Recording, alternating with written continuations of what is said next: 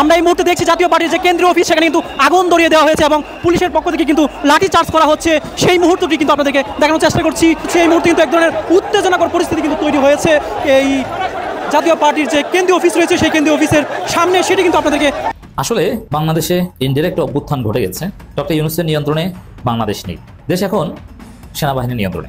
স্বরাষ্ট্র উপদেষ্টাকে তাকে হাত পা বেঁধে তার ক্ষমতা সেনাবাহিনী আগেই নিয়ে নিয়েছে এবং এটা 2-3 দিন আগে ঘটেছে। বিভিন্ন উপর হামলার 48 থেকে 50 ঘন্টা আগে এই ঘটনা ঘটেছে। যে কোনো মুহূর্তে আওয়ামী লীগকে ফিরে আসতে পারে, আওয়ামী লীগ যে কোনো মুহূর্তে পুশ করে ঢুকে পড়ার সম্ভাবনা দেখা যাচ্ছে।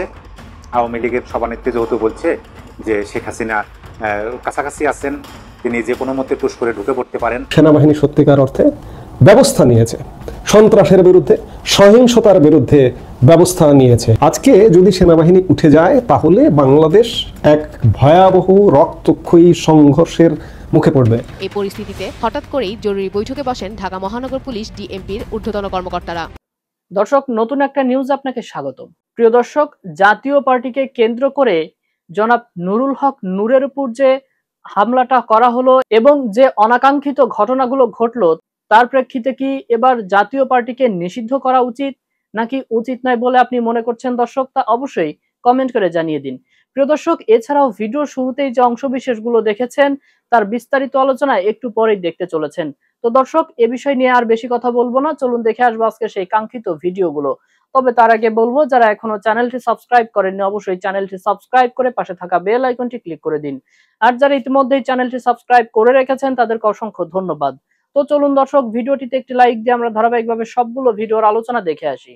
আমরা এই মুহূর্তে দেখছি জাতীয় পার্টির যে কেন্দ্রীয় অফিস সেখানে কিন্তু আগুন ধরিয়ে দেওয়া হয়েছে এবং পুলিশের পক্ষ থেকে কিন্তু লাঠি চার্জ করা হচ্ছে।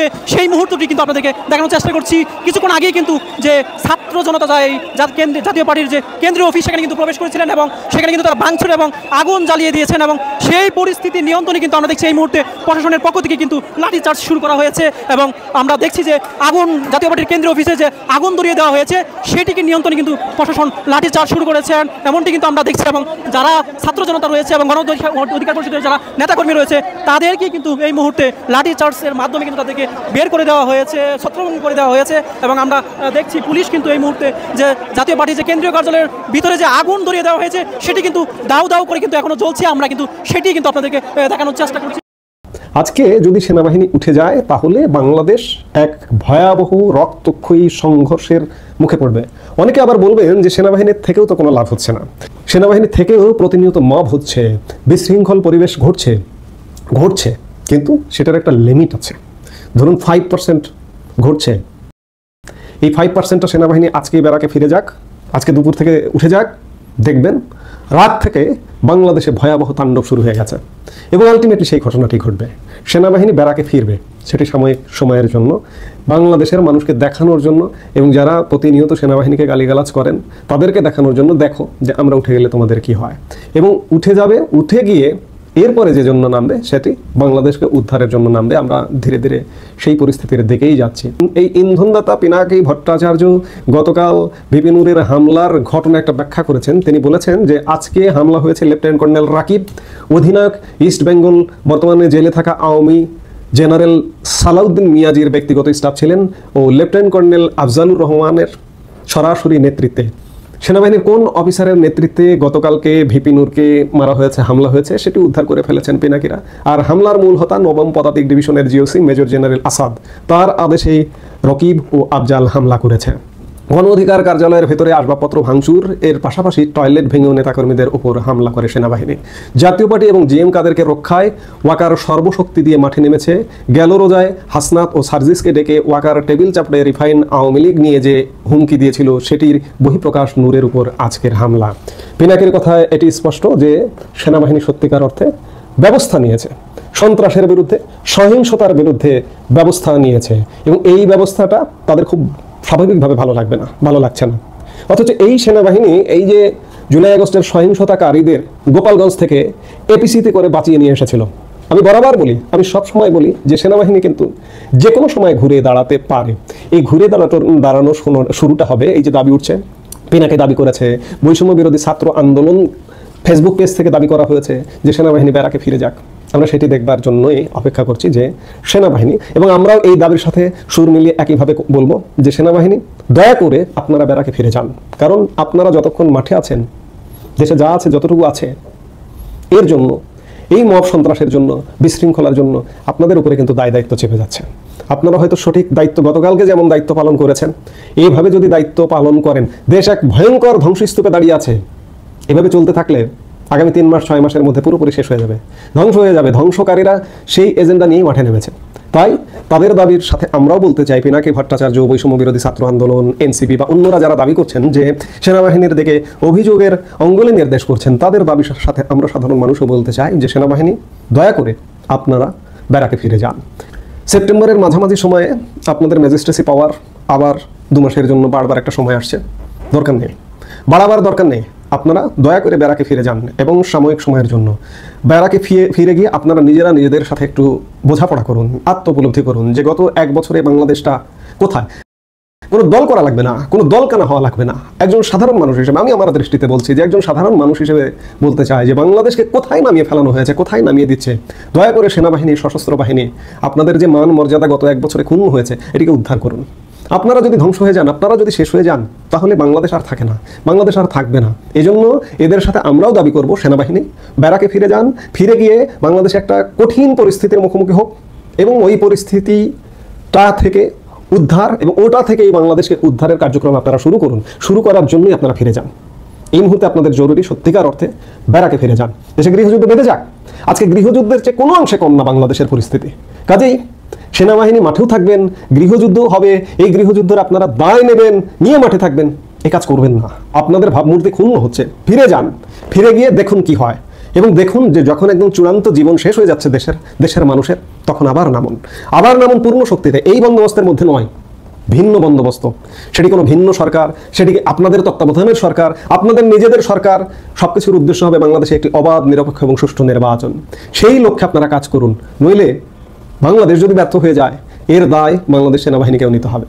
আজকে কঠিন পরিস্থিতি, এই পরিস্থিতি থেকে আপনাদের সহযোগিতা ছাড়া বাংলাদেশকে বাঁচানো সম্ভব নয়। আবারও বলছি, আলাপ আমি শেষ করতে চাই, আর আলাপটা দীর্ঘ করতে চাই না, যে নো মোর মিলিটারি, ব্যারাকে ফেরত তাড়াতাড়ি। সেনাবাহিনী আপনারা ব্যারাকে ফিরে যান এবং দেখুন বাংলাদেশের পরিস্থিতিটা কি ঘটে, এবং বাংলাদেশের মানুষেরও দেখা উচিত যে বাংলাদেশে কি ঘটতে পারে, এবং সেইটা আপনারা উদ্ধার করবেন। সেই দায়িত্বটা নিন। আমরা আশা করব সেটাই করবেন। কারণ আর নয়, আর দায় নেওয়া নয়। দায় নিলে আপনাদের আর কোনো মান মর্যাদা থাকে না। ইতিমধ্যেই মান মর্যাদা চলে গেছে, নানাভাবে আপনাদের মান মর্যাদা ভুলুণ্ঠিত করেছে। এই পিনাকিরাই ভুলুণ্ঠিত করছে বারবার। কাজেই এর কি কোনো জবাব দেবেন না আপনারা? আপনাদের কি কোনো অনুভূতি নেই? জবাব দিতে হবে। আপনারা জবাব দিন, জবাব দেওয়ার ব্যবস্থা নিন। হঠাৎ করে ডক্টর ইউনূস সরকার নিরুপায়, কিছু করার নেই। আসলে বাংলাদেশে ওয়ান কাইন্ড অফ ইনডিরেক্ট অভ্যুত্থান ঘটে গেছে। ইনডিরেক্ট কু অলরেডি টুক প্লেস। ডক্টর ইউনূসের নিয়ন্ত্রণে বাংলাদেশ নেই, ইন্টারিম গভর্নমেন্টের নিয়ন্ত্রণে বাংলাদেশ নেই। নিরুপায়, হতাশ, বাংলাদেশে একটা থমথমে অবস্থা। তাহলে কি ইউনূস সরকার পিছু হটেছে জানেন? না জানলে আমার আলোচনার মাধ্যমে জেনে রাখুন। ইউনূস সরকার নির্বাচন তো দূরের কথা, কিচ্ছু করতে পারবে না। তারা পিছু হটেছে, হার মেনেছে। হ্যাঁ, তাদের সামনে রাস্তা আছে। রাস্তা হচ্ছে জনগণের কাছে সাহায্য চাওয়া, যে আমরা পারছি না, ওয়াকার আমাদেরকে বাধা দিচ্ছে, আমাদের হাত পা বেঁধে ফেলেছে। ইউনূস যদি ছাত্র জনতার কাছে সরি বলে, এই যে নির্বাচনের রোডম্যাপ, এই যে ফাজলামিগুলো করেছে, নির্বাচনের রোডম্যাপ এটা একটা উস্কানি এবং ফাজলামি, এগুলো সব লাথি দিয়ে ফেলে দিয়ে ইউনূস যদি আবার জুলাইয়ের পক্ষে এসে ছাত্র জনতার কাছে হেল্প চায়, তাহলেই বাঁচতে পারে। নইলে ইউনূস সরকার পিছু হটেছে। দেশ এখন সেনাবাহিনীর নিয়ন্ত্রণে। 1/11 আনুষ্ঠানিকভাবে ঘটেনি, 1/11 সব এলিমেন্টস আমরা দেখতে পাচ্ছি। এরপরে দেখবেন কিছুক্ষণের মধ্যেই বা কিছুদিনের মধ্যেই দেখবেন যে দৃশ্যপটে পুরোপুরি সেনাবাহিনী 1/11 ঘটে গেছে। এই জন্য আমাদেরকে জরুরি ভিত্তিতে 1/11 ঠেকাতে হবে। 1/11 ঠেকাতে ওয়াকারকে ধরতে হবে, সেনাবাহিনীকে আওয়ামী মুক্ত করতে হবে, ভারতের দালাল মুক্ত করতে হবে, সেনাবাহিনীকে সংস্কার করতে হবে। ভারতের দালাল মুক্ত হয়নি, ওরা আবার আওয়ামী লীগকে পুনর্বাসন করার জন্য উঠে পড়ে লেগেছে। জেলে যেসব অফিসার আছে, সেনা অফিসার, তারা জেলে বসে এই হামলা অপারেট করেছে, জেলে বসে নির্দেশনা দিয়েছে, তোমরা এই করো, এইভাবে হামলা করো। অতএব এটা জনগণ মেনে নেবে না। দর্শক, আমার আজকের এই আলোচনার মূল টপিক বা মূল ফোকাস পয়েন্ট যে ইউনূস সরকার আসলে নিরুপায়। আপনারা ভিপি নূরের উপর হামলার পর বাংলাদেশের তোলপাড় আপনারা দেখেছেন, স্বরাষ্ট্র উপদেষ্টাকে দেখেছেন। আমি প্রায় রাত 3টা পর্যন্ত সজাগ ছিলাম। এই বক্তব্য শুনছেন আপনার দিনে, হয়তো অনেকে আরো পরে শুনবেন। হামলা যখন হয়েছে ওই দিন রাত 3টা পর্যন্ত আমি স্বরাষ্ট্র উপদেষ্টার কোনো দৃশ্যপটে দেখিনি। হোয়াট ডাজ ইট মিন? আসলে স্বরাষ্ট্র উপদেষ্টা ইজ ধৈঞ্চা, স্বরাষ্ট্র উপদেষ্টা কিচ্ছু না। স্বরাষ্ট্র উপদেষ্টাকে তাকে হাত পা বেঁধে তার ক্ষমতা সেনাবাহিনী আগেই নিয়ে নিয়েছে এবং এটা 2-3 দিন আগে ঘটেছে। বিভিন্নর উপর হামলার 48 থেকে 50 ঘন্টা আগে এই ঘটনা ঘটেছে। স্বরাষ্ট্র উপদেষ্টা ধৈঞ্চা, সে কিছু না, সে ফুসা। মূল হচ্ছে এখানে সেনাবাহিনী। এই ঘটনা ঘটেছে বাংলাদেশে, ফার্স্ট পয়েন্ট। দ্বিতীয় হচ্ছে, আপনি দেখেছেন যে ডক্টর আসিফ নজরুলের একটা ফেসবুক পোস্ট নিয়ে তীব্র সমালোচনা হয়েছে। তিনি যেটা লিখেছেন যে বিভিন্নর উপরে হামলার তীব্র নিন্দা প্রতিবাদ জানাই, এবং হাসনাত আব্দুল্লাহ বলেছেন স্যার এসে ফাইজলামি বাদ দেন, আপনার কাছে প্রতিবাদ জানানো। মানে জনগণ সবাই কমেন্ট সব নেগেটিভ। এবং ডক্টর আসিফ নজরুল ভিপি নুরের পুরনো বন্ধু, দেখেন স্যার শিক্ষক, আসিফ নজরুল আমাদেরও শিক্ষক, কিন্তু আমরা একসাথে কাজ করেছি, একসাথে নামাজ পড়েছি। ভিপি নুর, আসিফ নজরুল এরা একসাথে মিটিং করেছে, মিছিলও করেছে সহযোদ্ধার মতো।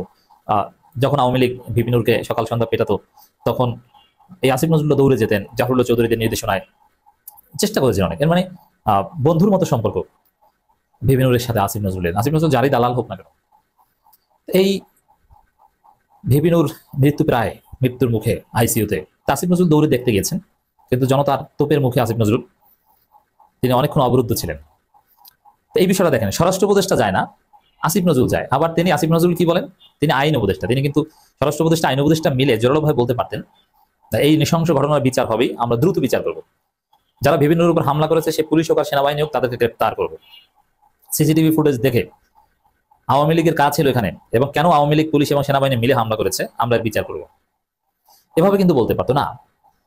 মানে আসিফ নজরুলের বক্তব্য দেখেছেন কতটা অসহায়। এই যে আপনারা তো গালাগালি করেন আসিফ নজরুলকে, যে তিনি উপদেষ্টা হয়ে তিনি তো হুঙ্কার গর্জন দেন, বিচারের কথা বলবেন, বিচার নিশ্চিতের ঘোষণা দিবেন, পদক্ষেপ ঘোষণা করবেন যে এই পদক্ষেপ নিচ্ছি, অমুক পুলিশকে অলরেডি স্ট্যান্ড রিলিজ, তিনি এগুলো বলবেন। তিনি তো সরকার প্রভাবশালী উপদেষ্টা না, তিনি না বলে তিনি প্রতিবাদ জানাচ্ছেন। কার মতো? রাজনৈতিক দলগুলোর এই ধরনের পরিস্থিতিতে প্রতিবাদ জানানোটা মৌলিক কোনো কাজ না, রাজপথে নেমে যাওয়াটা হচ্ছে মৌলিক কাজ। তাহলে প্রতিবাদ জানাবে কারা? প্রতিবাদ জানাবে হচ্ছে আমাদের মতো সুশীলরা। যদি আমি ওই কথিত সুশীল না, বিপ্লবী, মানে সুশীল যারা, সুশীল সমাজ বলে না 162 নাগরিকের বিবৃতি, মানে ওই 162 নাগরিকরা যে ফেসবুকে স্ট্যাটাস দেওয়ার কথা, যেটা বর্তমানে রাজনীতিবিদদের জন্য শোভনীয় নয়, ক্রিটিক্যাল মোমেন্টে, আসিফ নজরুল ওই সুরে কথা বলছেন। তা আপনারা তো আসিফ নজরুলকে গালাগালি করছেন। আসলে আসিফ নজরুল তো নিরুপায়, আসিফ নজরুল হাতে তো ক্ষমতা নাই, আসিফ নজরুল তো ধৈঞ্চা, ক্ষমতা তো এখন ওয়াকারের হাতে। অতএব সিভিলিয়ানদের হাত থেকে মিলিটারি ক্ষমতা নিয়ে গেছে ইনডিরেক্টলি। তো এই জায়গায় বিপ্লবী সরকার গঠন করতে হবে, কিছু করার নেই, সমাধান ওইদিকে। আসিফ নজরুল বেইমানি করেছেন, এখন কি জনগণ আসিফ নজরুলের পক্ষে দাঁড়াবে? এসে ওয়াকারকে সোজা করতে বিপ্লবীদের 2 ঘন্টাও লাগে না, ওয়াকার ভারতে দৌড়ি পালাবে, কোনো ব্যাপার না, ক্যান্টনমেন্ট ছেড়ে পালাবে, সৈনিকরা সঠিক লাইনে আছে, সমস্যা নেই। অতএব দর্শক, আসিফ নজরুলের এই অসহায়ত্ব প্রমাণ করে যে সরকার নিরুপায়। দর্শক, প্রেস সচিব দৌড়ে গিয়েছে, তিনি বলছেন যে নুরুর উপর হামলা নিন্দা, তদন্তের ঘোষণা। হ্যাঁ, তিনি অ্যাটলিস্ট তদন্তের ঘোষণা দিতে পেরেছেন, কিন্তু তারপরে দেখেন প্রেস সচিব দৌড়ে যায়, স্বরাষ্ট্র উপদেষ্টার খবর নাই। আর এই তদন্তের ঘোষণাটা তো স্বরাষ্ট্র উপদেষ্টা দিবেন না, প্রেস সচিব দেয়। এর অর্থ কি? এর অর্থ আসলে পুলিশ, আইন শৃঙ্খলা পরিস্থিতি সব বিভিন্ন দিকের উপর ইউনূস সরকারের নিয়ন্ত্রণ নাই। ইউনূস সরকার এখন চালাচ্ছে সেনাবাহিনী, এবং বাংলাদেশে একটা ইনডিরেক্ট স্লাইড কু হয়ে গিয়েছে। অতএব জনগণ ইজ গেটিং রেডি, ওয়াকারের এবার জয় বাংলা করতে হবে। ওয়াকারকে ছাড় দেওয়ার কোনো সুযোগ নেই। গণঅধিকার পরিষদের সভাপতি নুরুল হক নুরুর উপর হামলা নিন্দা জানিয়ে প্রধান উপদেষ্টা প্রেস সচিব শফিকুল আলম বলেছেন, আমরা এই পুরো জিনিসটা ইনভেস্টিগেট করব। শুক্রবার রাত 11:30টার দিকে আহত নূরকে দেখতে ঢাকা মেডিকেল কলেজ হাসপাতালে জরুরি বিভাগে যান শফিকুল আলম। এই সময় তিনি সাংবাদিকদের কথা বলেন। নূরের চিকিৎসকদের সঙ্গে কথা বলে বিষয়টি জানিয়ে প্রেস সচিব বলেন, তারা বলছেন নূরের আঘাত গুরুতর, তার উপর আঘাত খুবই ন্যাক্কারজনক একটি ঘটনা, আমরা এটা নিন্দা করি, আমরা এই পুরো জিনিসটা ইনভেস্টিগেট করব। এবং হাসনাত ভিপি নুরুল উপর বর্বরচিত হামলার তীব্র নিন্দা প্রতিবাদ জানাচ্ছে, এটা হচ্ছে আসিফ নজরুলের বক্তব্য। মানে বিপ্লব নাই, এই সরকার জুলাইয়ের কোনো সরকার না, জুলাইকে অস্বীকার করে ওয়াকার একটা ভারতপন্থী সরকার চালাচ্ছে। দর্শক, আমি আশা করছি সবগুলো ভিডিওই আপনি মনোযোগ সহকারে দেখেছেন। সেই সাথে দর্শক, এই ভিডিওগুলো সম্পর্কিত যদি কোনো তথ্য বা মতামত থাকে তাহলে তো অবশ্যই কমেন্ট করে জানিয়ে দিন। এতক্ষণ সাথে থাকার জন্য ধন্যবাদ। নিউজটি শেষ করছে এখানেই, ফিরছে আগামী ভিডিওতে নতুন কোনো টপিক নিয়ে। আল্লাহ হাফেজ।